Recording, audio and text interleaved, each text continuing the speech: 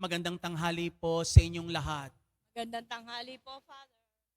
Purpura o kulay pula ang araw na ito ng Miyerkules bilang pakibahagi ng ating simbahan sa mga kapatid nating Kristiyanong pinag-uusig, pinahihirapan, sinasaktan at iniiwan.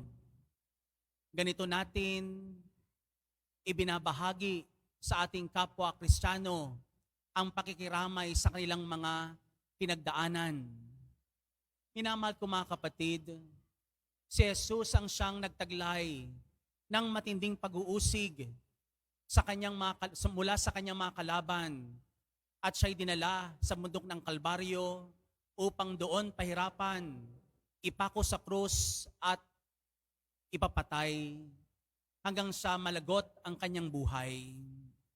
Ang kanyang dugo at ang dugo ng mga martir ang siyang punla ng ating panampalatayang Kristiyano sa ating tinubuang lupa. Utang natin sa kanila ang ating panampalatayang ngayon. Pinaigting ang ating panampalatayang Kristiyano dahil sa mga tao, dahil kay Kristo Jesus na nag-alay ng kanilang buhay, alang-alang sa kaharian ng langit.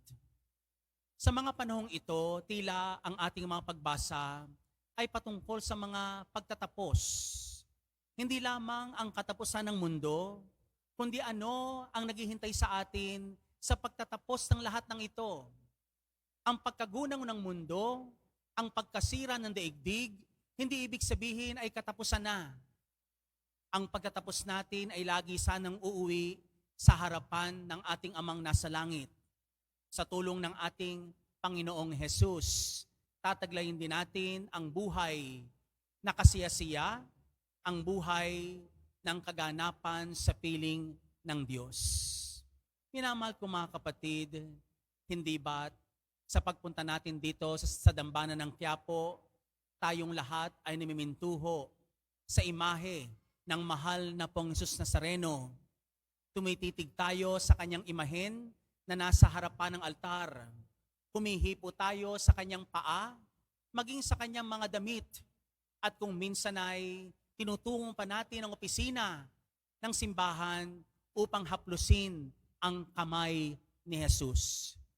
Meron na ba sa atin ditong nakahipo ng kamay ng mahal na Pong Jesus Nazareno? Hindi ba't ito ipinapatong sa humihiling, pinapatong sa kanyang ulo at niyayakap sa kanyang bisig sa kanyang dibdib at saka nagdarasal ng taimtim. Mapaghimala ang mahal na Pong Jesus Nazareno. Mapaghimala ang kanyang mga paa, ang kanyang damit, maging ang kanyang kamay. Hindi ba't ito ang larawang o imahinasyon na nakita ng hari sa ating unang pagbasa? Mayroong lumitaw na kamay at sa kanyang pangitain, ang kamay na ito ay sumulat.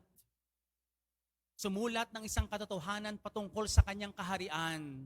At ang sabi doon, Mene, Tekel, Parsin, nang ibig sabihin, Mene, nabibilang na ang araw ng iyong kaharian pagkat wawasakin na ito ng Diyos.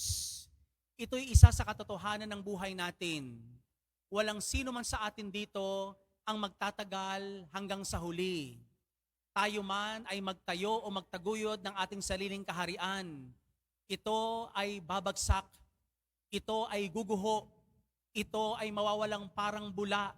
Mene, mene. At ang tanging maiiwang kaharian sa pagtatapos ay ang kaharian ng Diyos. Kanino natin ilalaan ang buhay natin? Saang kaharian tayo naghahanda? Ano ang taglay nating kapangyarihan sa buhay na ito? Tayo ba'y may sariling kapangyarihan?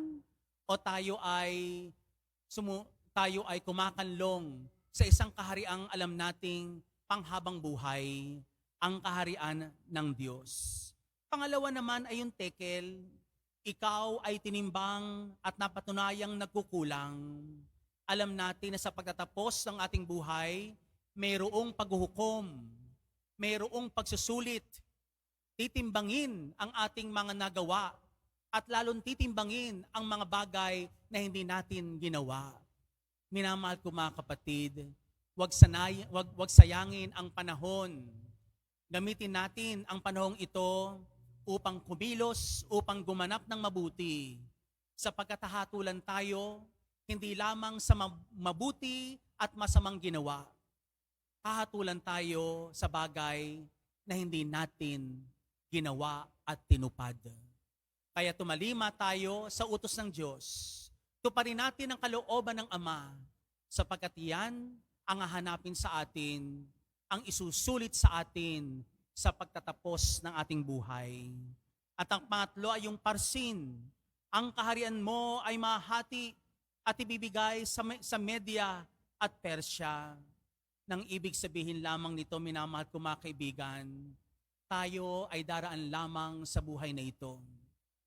Hindi tayo ang hari, hindi tayo ang may-ari kung anuman ang ari-arian natin meron tayo ngayon.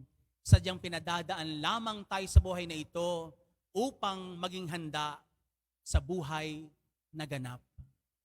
Ganyan kumilos ang mga kamay ng Diyos. Hihipo sa atin, magbabasbas sa atin, magbibigay sa atin ng pagpapala, kaya ilagay natin ang ating buhay sa mga kamay ng ating mahal na pong Jesus Nazareno. Iwanan natin ang ating kinabukasan sa kanyang kamay. Sapagkat sa pagtatapos ng lahat, ang maiiwan na yung Diyos.